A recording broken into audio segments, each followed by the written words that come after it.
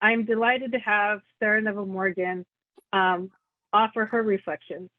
Sarah is the Deputy Superintendent of Opportunities for All Branch at the California Department of Education. In her role, she oversees a branch with a budget of over $10 billion that includes 5 divisions. She was recently selected for the Annie Casey Foundation for its Child and Family Fellowship.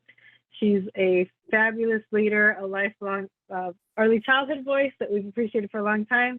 And her leadership obviously is broader than that at the Department of Education. So it's so important to make sure we have your voice here in this conversation as we're thinking about what the state of education is and how we want to move forward. So Sarah, welcome. Thank you. Handing it to you.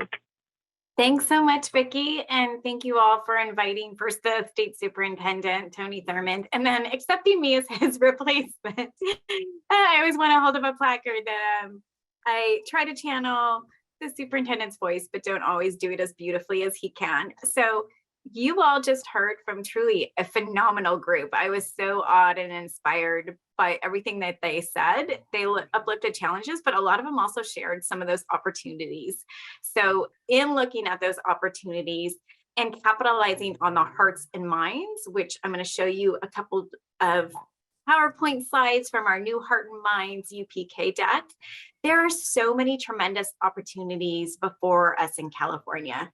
And at this time, as we lean in together to seize them and really create an educational system that reflects us, reflects California as the 4th or 5th, I'm never sure where we are right now, largest world economy, and one that truly supports our children, families, and their communities in 2022 and beyond. So where do we start?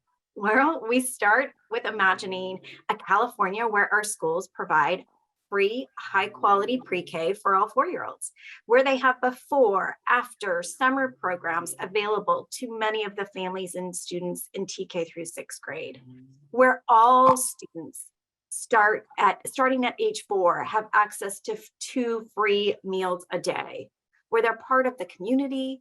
They have health, mental health, behavioral health services, where students with disabilities are fully included in their least restrictive environment along with their other peers, and where we have really effective professional learning and supports with a deep focus on literacy, on equity, on anti-racism. So I say we imagine this, and then you all know we're on the precipice for this not just being a possibility, but this really being the reality of what our California schools start offering. And some of them are already there, others are on that journey. But thanks to the unprecedented funding, the largest funding level for education and for TK to 12 per pupil in our state history for 2 cycles now. I also want to say with all that we are no longer K to 12 education. We are TK to 12 education, with many embracing a P to 12 as we see more and more schools really not just nod, but understand how important the early childhood system is.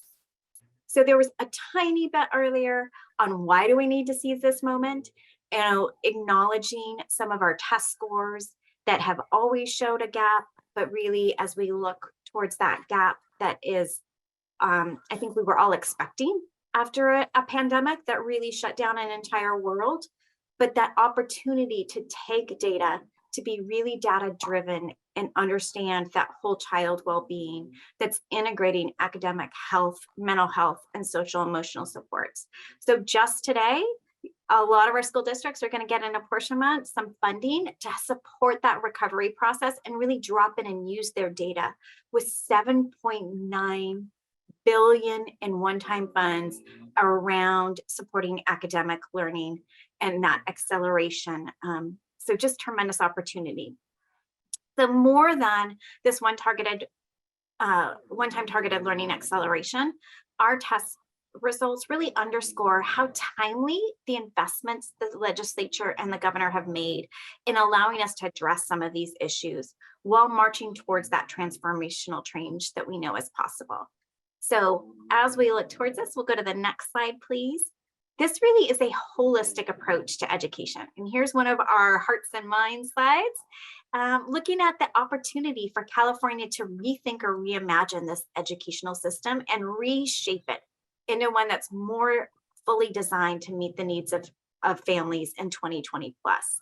So that equity at the core, but really understanding that a child has to be fed, their mental health has to be supported, that the family and the community have a lot of input and say, and that they're working in partnership together to create the school community and a community that supports those teachers and administrators. So there was a shout out, I think Edgar said it, and I have one of my best friends is a new principal this year. I can't even imagine becoming a principal this year or last year.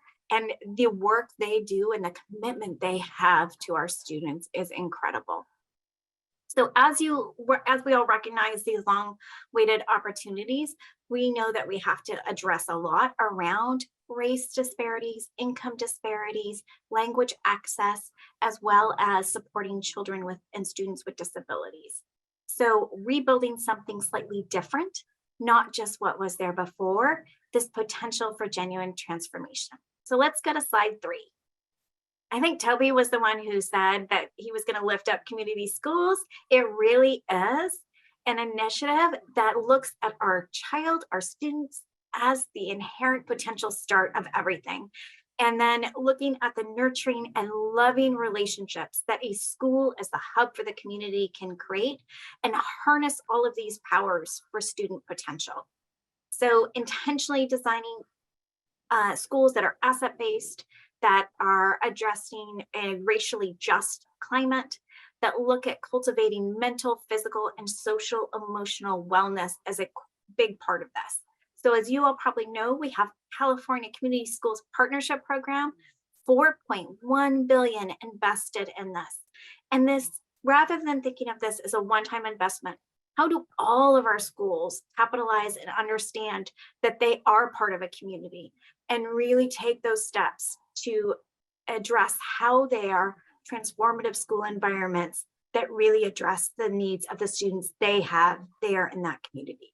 Next slide. So as we look at community schools, you have to look at the mental health. How are we supporting schools as spaces for healing and belonging? So it's not just the academic, but understanding that an academic achievement is surrounded by how well students and staff and families are doing.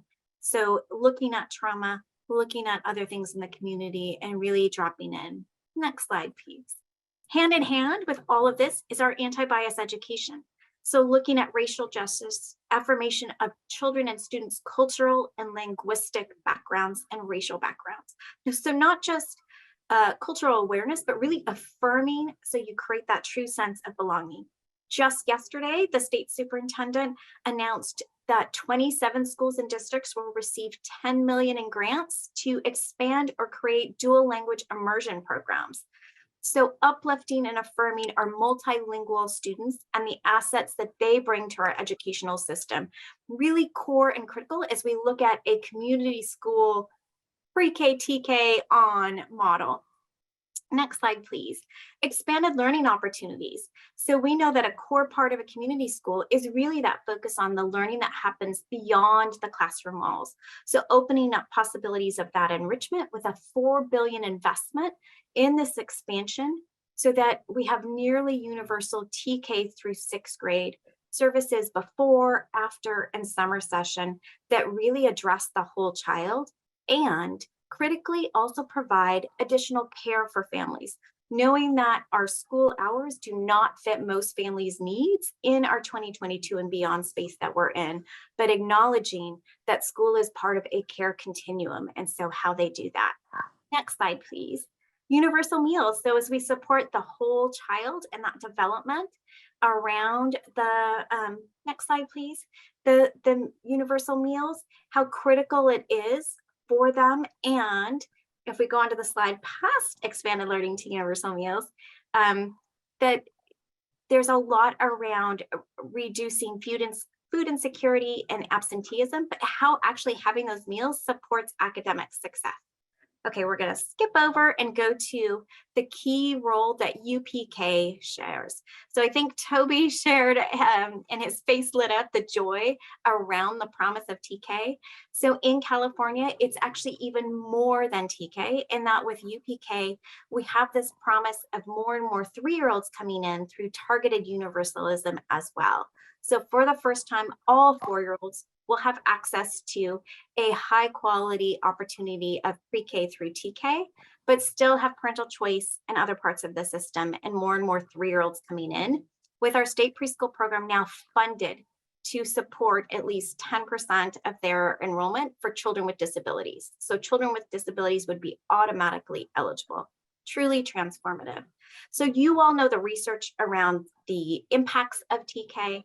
The most recent research coming out of Georgetown around Oklahoma's public pre-K program showed that not only did it help them graduate school on time, enroll more in higher education, but they also were more likely to vote.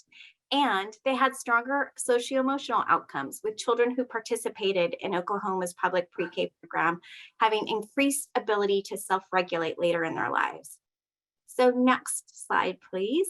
As we move forward with these exciting, sorry, I meant to get rid of that one. So go forward, there should be one with a bridge. There you go, thank you. With the exciting and historic changes, our TK and that UPK create a bridge between our early childhood system over to our TK to 12. A much needed bridge, one that focuses on strengthening the investments that happen earlier with infant, toddler, and pre-K, and ensuring we capitalize and move those forward. And that also recognizes how critical those early childhood investments are and how we need to learn from preschool settings, so that kindergarten, first, and second grade classrooms can be more nurturing, more joyful, and more developmentally appropriate environments for young children, bringing all that joy back into learning. And lastly, if we go to our very last slide, this is really a transformational moment for California schools. All of these historic investments really center on what children need, what students need, what families need, and what our schools need as a community hub to value and embrace our children and families and create this high quality continuum of early learning from pre-K all the way through 12th grade. So that was my very quick overview of all of these historic opportunities and how we need to lean in together as a shared hearts and minds to create more equitable outcomes for our California students.